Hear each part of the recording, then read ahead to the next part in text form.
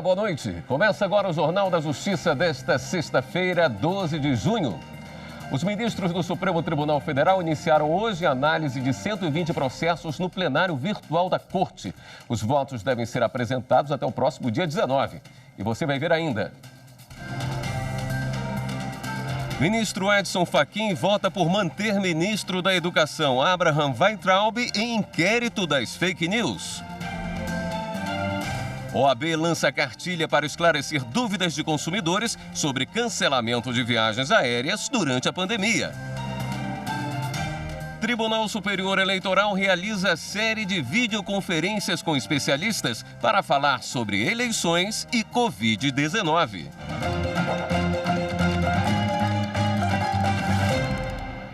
Começou hoje no plenário virtual do Supremo o julgamento do habeas corpus que pede a retirada do ministro da Educação, Abraham Weintraub, do rol dos investigados no inquérito que apura as fake news.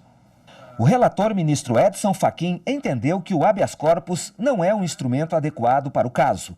O relator lembrou em seu voto que o Supremo tem jurisprudência consolidada no sentido de não caber habeas corpus contra ato de ministro no exercício da atividade judicante. Fachin se refere aos atos praticados pelo ministro Alexandre de Moraes. Ele é o relator do inquérito no Supremo que apura a difusão e promoção de notícias falsas, as chamadas fake news e ameaças contra ministros do STF e seus familiares.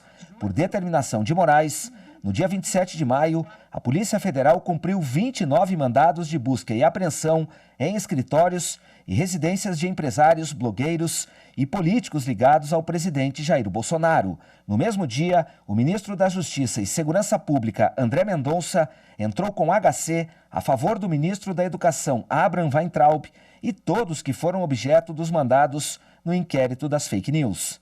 O ministro da Educação passou a fazer parte do inquérito das fake news por causa de declarações feitas por ele numa reunião ministerial ocorrida no dia 22 de abril no Palácio do Planalto.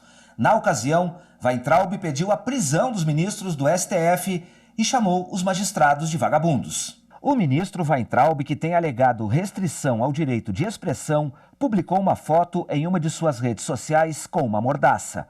Ele citou uma frase atribuída ao ex-presidente dos Estados Unidos, George Washington, afirmando que quando a liberdade de expressão nos é tirada, logo podemos ser levados como ovelhas, mudos e silenciosos para o abate. Os ministros do STF têm 6 dias úteis ou até o próximo dia 19 para concluir a votação.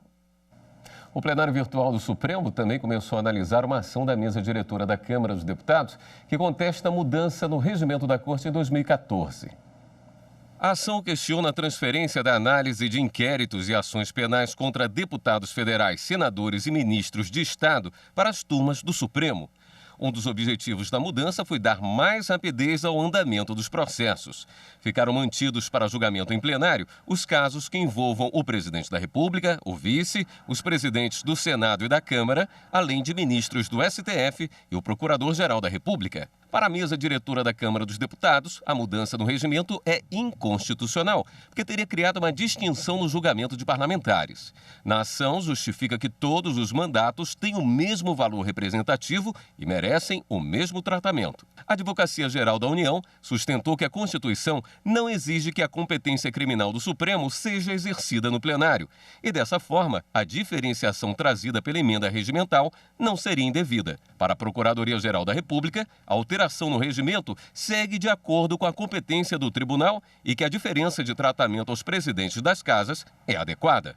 O relator do caso, o ministro Gilmar Mendes, votou pela improcedência do pedido. Em seu voto, justificou que não há violação à isonomia, uma vez que as peculiaridades dos cargos exercidos e das funções desempenhadas pelo presidente da Câmara e do Senado Federal são distintas daquelas exercidas pelos demais parlamentares. Ainda de acordo com o relator, a alteração promovida pelo STF ocorreu com o intuito de racionalizar a prestação jurisdicional no âmbito penal, de modo a possibilitar o julgamento desses feitos em tempo razoável, o que constitui medida legítima e constitucional. Os ministros têm até a próxima sexta-feira para apresentarem o voto no plenário virtual.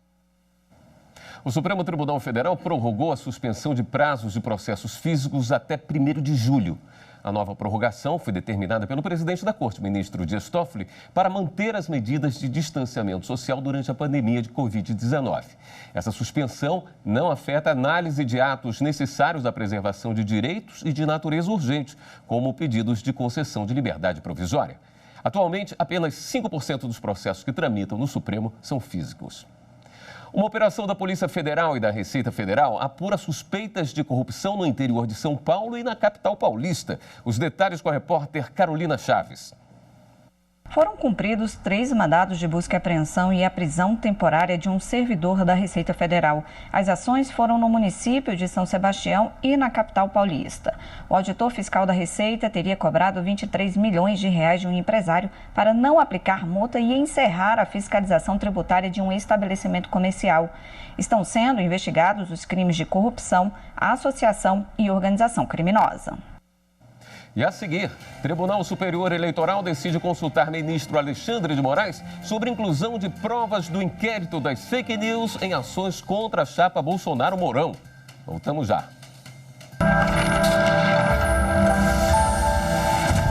Uma Constituição que traz no seu texto valores tão importantes construídos durante a história da civilização é uma Constituição que temos que defender sempre. Nos unirmos na sua defesa, especialmente nos momentos de dificuldade como este que estamos vivendo e provavelmente viveremos assim que a pandemia acabar.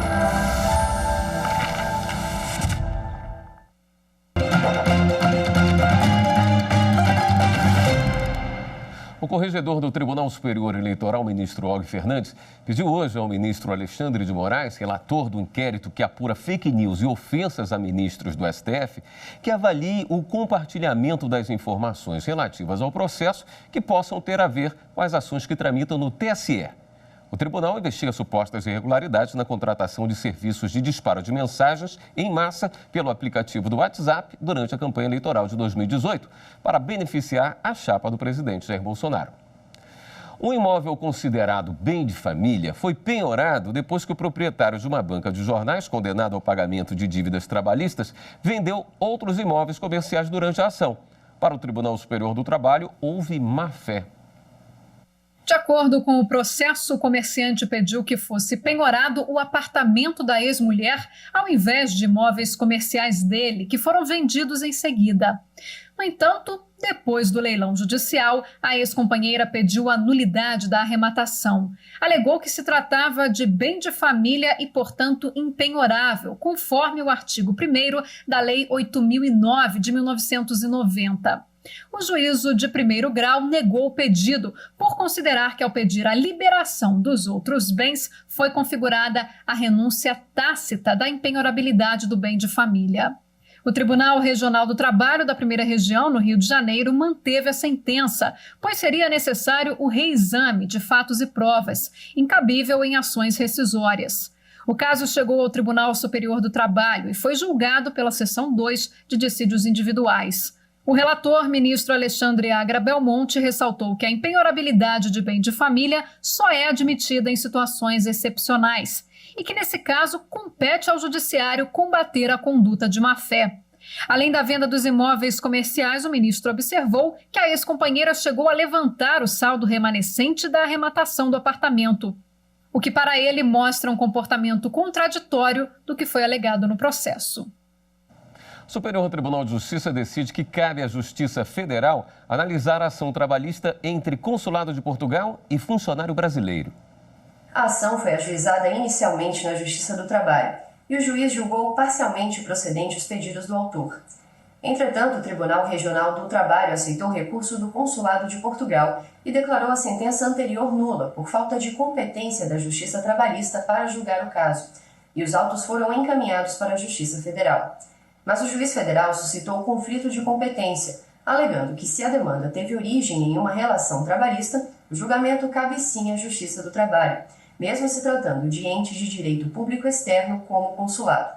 A relatora do conflito na segunda sessão do STJ, ministra Nancy Andrighi, frisou que o autor da ação é servidor público português e que a opção pelo regime de função pública foi feita por ele mesmo, segundo o que estabelece a legislação de Portugal. A relatora lembrou que o Consulado-Geral de Portugal no Rio de Janeiro compõe a administração direta do Estado português e entendeu que deve ser aplicado o artigo da Constituição Federal que prevê a competência de juízes federais para processar e julgar causas entre Estado estrangeiro e pessoa que reside no Brasil. Para a ministra, o caso não cabe à Justiça do Trabalho porque o funcionário é servidor público português, com contrato que tem regras específicas aplicáveis ao funcionalismo público de Portugal. Laboratório deve indenizar herdeiros de paciente que desenvolveu compulsão por jogos após uso de medicamento. A decisão é do Superior Tribunal de Justiça. O caso envolve uma paciente diagnosticada com Parkinson que, por recomendação médica, fez uso do medicamento Cifrol. Após a dose ser aumentada, ela desenvolveu o chamado jogo patológico, doença reconhecida pela Organização Mundial da Saúde, e perdeu mais de R$1 milhão. A compulsão terminou quando o medicamento foi suspenso. A família processou o laboratório, alegando que a mulher dilapidou o patrimônio em razão do efeito colateral do remédio, informação que não constava na bula na época. O Tribunal de Justiça do Rio Grande do Sul condenou o laboratório a pagar danos morais e 45% da perda patrimonial, por reconhecer a culpa concorrente da paciente ao tomar o remédio em dosagem maior que a recomendada. A mulher morreu durante o processo. Tanto o laboratório quanto o espólio da paciente recorreram ao STJ. A relatora dos recursos, ministra Nancy Andrighi, afirmou que, de acordo com o Código de Defesa do Consumidor, o fabricante tem o dever de informar sobre o risco inerente ao uso do medicamento. Para ela, ficou comprovado que o jogo patológico foi efeito colateral do medicamento. A relatora afastou a culpa concorrente por entender que a paciente seguiu as recomendações médicas. Na decisão, a terceira turma determinou o pagamento integral dos danos materiais e aumentou o valor dos danos morais de 20 para 30 mil reais.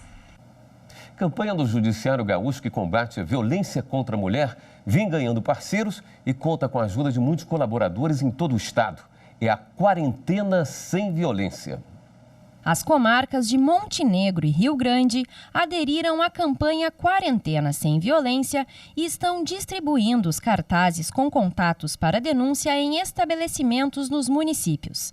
A juíza responsável pela 2ª Vara Criminal da comarca de Montenegro chama a atenção para o número de denúncias após a divulgação da campanha. Para a distribuição desses cartazes, nós contamos com a colaboração dos voluntários da Justiça Restaurativa aqui da comarca de Montenegro, do Conselho Municipal dos Direitos das Mulheres, o CONDIM, e da Central Única de Favelas, a CUFA.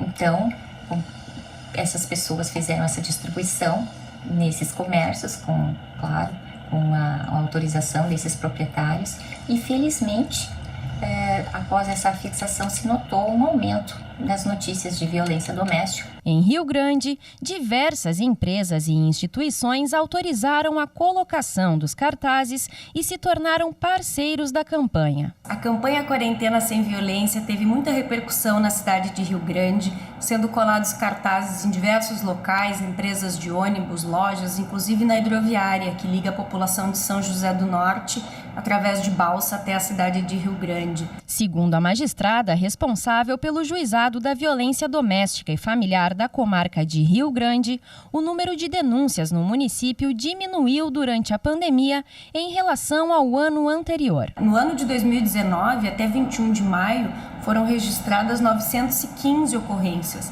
quando até 21 de maio de 2020 foram 719, uma redução significativa que mostra que muitas mulheres podem estar em perigo dentro dos seus lares com os seus algozes. O Poder Judiciário Gaúcho está divulgando na campanha Quarentena Sem Violência as formas de contato para a denúncia.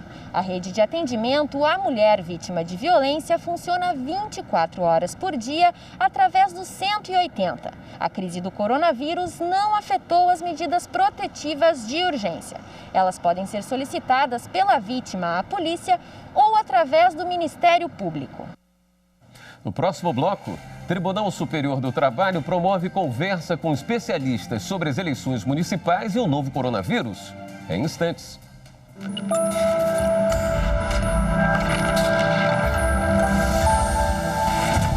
A Constituição é a bússola política de uma nação. Ela aponta o norte para o qual nós devemos rumar.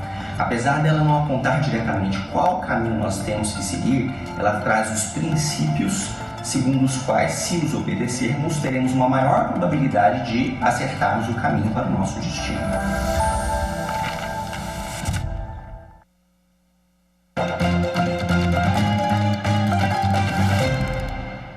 Nesse período de pandemia do novo coronavírus, a Ordem dos Advogados do Brasil lançou uma cartilha para orientar os passageiros de avião. O casal Cristiano e Virley é parceiro no amor e no esporte. Ele é técnico de basquete, ela é craque com a bola na mão. Os dois iriam representar o Brasil no Pan-Americano Master, na Argentina, em março. Mas por causa da pandemia, a competição foi adiada para março do ano que vem. O casal já tinha passagens compradas em 2 companhias aéreas. Agora, tenta negociar com as empresas. No início eu pensei também que essa viagem, que seria de Florianópolis a Buenos Aires, ela viria o ressarcimento em valores, no que no final acabou sendo em crédito para a gente utilizar eles transformaram em dólar, né, o valor que a gente tinha gastado com as passagens, a gente tem 12 meses para fazer essa utilização. Então a gente fica meio receoso, inclusive da outra parte da viagem, que é com a Aerolíneas Argentinas, a gente não tem nenhuma... não sabemos ainda se vamos ter êxito, né, nesse ressarcimento, porque não tivemos nenhuma informação da empresa ainda. Esta cartilha surgiu exatamente por causa de problemas como o do casal e que atingem milhares de brasileiros. Nestas páginas, a Ordem dos Advogados do Brasil ensina o passo a passo para o passageiro prejudicado pela pandemia e por empresas. As regras são balizadas principalmente pelo Código de Defesa do Consumidor e pela Medida 925, editada em março. A Medida Provisória 925 estabelece 2 situações para o consumidor. Primeiro, é obter crédito para utilizar num prazo de 12 meses. Este prazo começa a contar não da emissão do bilhete, mas sim do voo contratado. A outra situação é obter reembolso.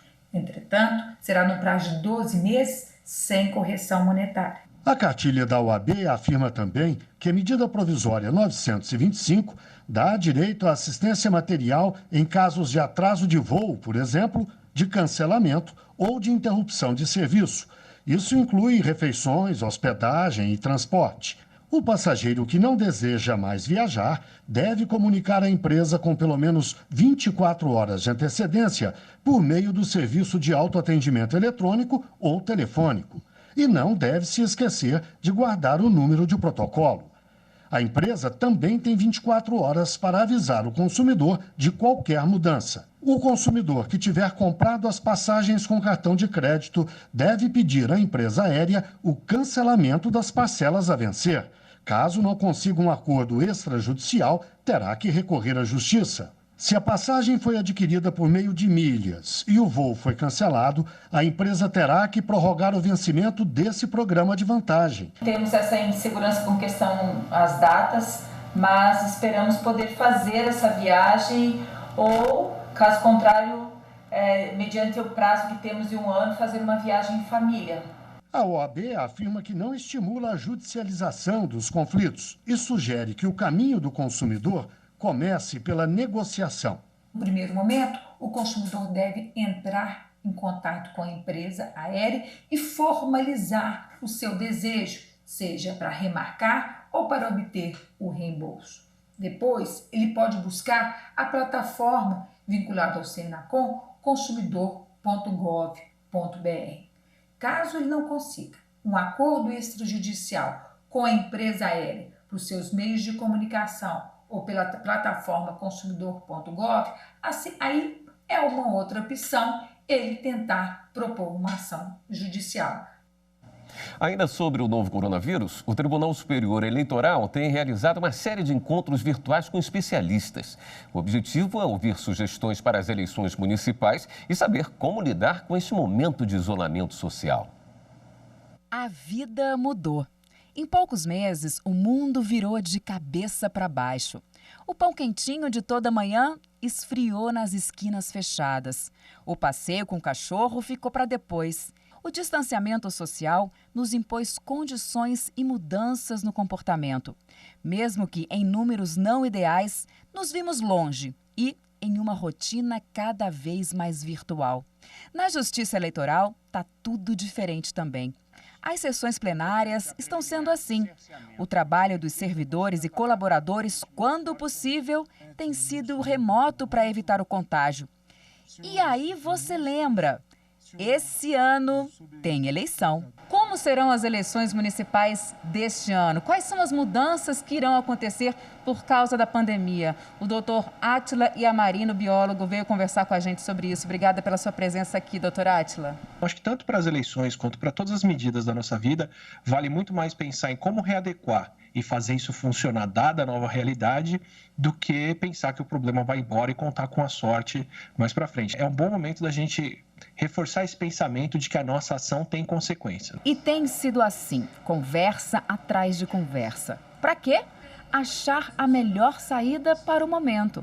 Sanitaristas, epidemiologistas, biólogos e estatísticos têm sido convidados para ajudar a chegar a uma resposta.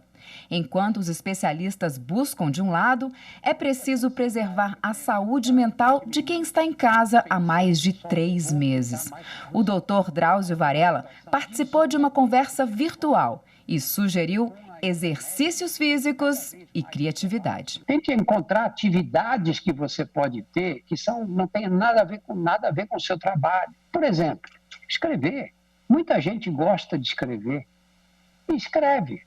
Mas escreva sobre o quê? Qualquer coisa que te dê na cabeça. Outros gostam de desenhar, desenha. Outros gostam de pintar, se tiverem acesso, pintem. Outros gostam de ficar sem fazer nada, de ver filme. Tudo bem, tem que encontrar uma forma de passar essa fase. O papo foi transmitido para servidores do TSE e agora está disponibilizado no YouTube da Justiça Eleitoral. Durante a conversa, o ministro Barroso propôs uma prática para aliviar a tensão partindo da mente e que serve para vários momentos. Eu sou uma pessoa que há muitos anos faço meditação. E isso me ajuda muito em todos os momentos de dificuldade.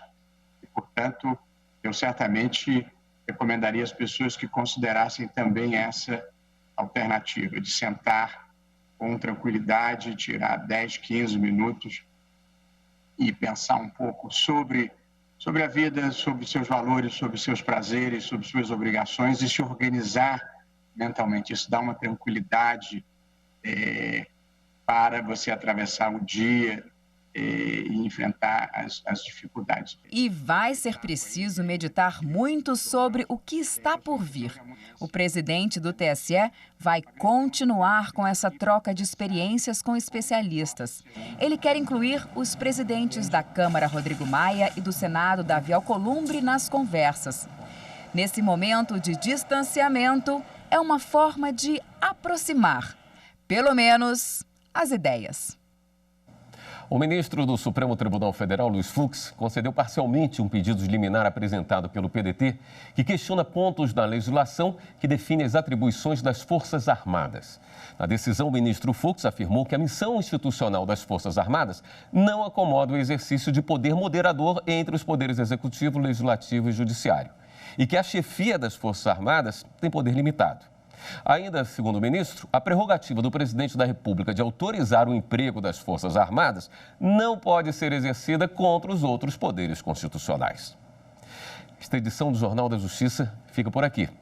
Na sequência, você assiste a uma reportagem especial que celebra os 30 anos do ministro Marco Aurélio no Supremo Tribunal Federal. A data é amanhã, mas a gente antecipa aqui a homenagem. Para você, uma boa noite, ótimo fim de semana.